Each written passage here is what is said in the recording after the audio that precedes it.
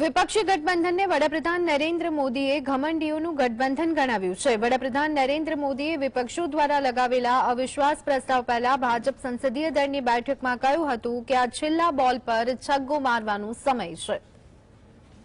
अविश्वास प्रस्ताव पहला भाजप संसदीय दळनी बैठकमां वडाप्रधान नरेंद्र मोदीए विपक्षी गठबंधनने निशाने लेता कह्युं के घमंडीओना गठबंधनने आपनी एकताथी जवाब आपो।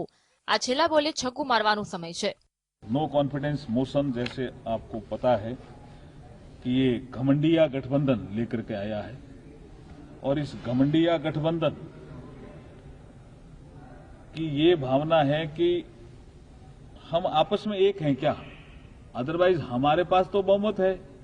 ये क्यों नो कॉन्फिडेंस मोशन लेके आए हमारी समझ में नहीं आया, लेकिन शायद उनके मन में ये है कि हम एक हैं क्या, इसकी वो टेस्टिंग करना चाहते हैं। ये सिर्फ उस मकसद से है, तो इसको सेमीफाइनल फाइनल मत बताइए। तो ये भी कह रहे हैं कि इंडिया नहीं है, घमंडिया है, परिवारवाद इंडिया। बस यही विपक्ष के लिए यही विपक्ष के लिए सबसे खुशी की बात है कि दिन भर सरकार इंडिया गठबंधन के खिलाफ ही बोल रही, दिन भर रात दिन सरकार का काम छोड़ दिया, इंडिया इंडिया गालियां देना, दिन भर जो विपक्षी गठबंधन, इसका मतलब बड़ी घबराहट है। वडाप्रधान नरेंद्र मोदीए कह્યું કે વિપક્ષનું સેમીફાઇનલનું મન હતું અને ગઈકાલે સેમીફાઇનલ થઈ ગઈ। પરિણામ સૌની સામે છે। एक टेस्टिंग उन्होंने कल राज्यसभा में भी की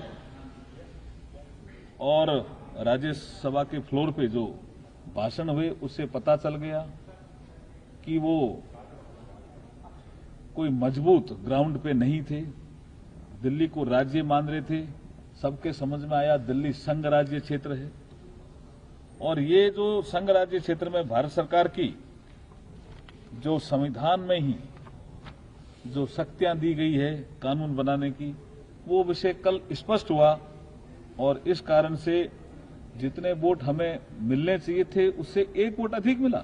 दिल्ली के उस पे मामले पर विपक्षी एकता एक बार फिर से उभर के सामने आई कि विपक्ष पूरी तरह से एक है। जो पूरे 102 वोट पड़े हैं, है ना, वो पूरी विपक्षी एकता में कहीं कोई दरार नहीं। एक तो कल की सबसे बड़ी उपलब्धि विपक्ष की ये है, ये तो पहले से पता था कुछ जीतेंगे। जिस दिन बीजू जनता दल और वाईएसआर चलेगा उस दिन तो तय था, लेकिन इसलिए उसको कोई सेमीफाइनल किसने काम लो तो कभी कहा ही नहीं। और जहां इसकी बात अविश्वास प्रस्ताव ये भी पता है, सबको पता है कि लोकसभा में उनका बहुमत है। મહત્વપૂર્ણ છે કે સંસદમાં લાવવામાં આવેલા વિપક્ષના અવિશ્વાસ પ્રસ્તાવ પર 8મી ઓગસ્ટથી 10 ઓગસ્ટ સુધી ચર્ચા થવાની છે। 10 ઓગસ્ટે વડાપ્રધાન મોદી જવાબ આપશે। મણિપુરમાં 3 મેથી ચાલી રહેલી હિંસા મામલે વિપક્ષ વડાપ્રધાન મોદીના નિવેદનની માંગણી કરી રહ્યું હતું અને હિંસા મામલે ચર્ચાની માંગણી કરી રહ્યું હતું। Bureau report.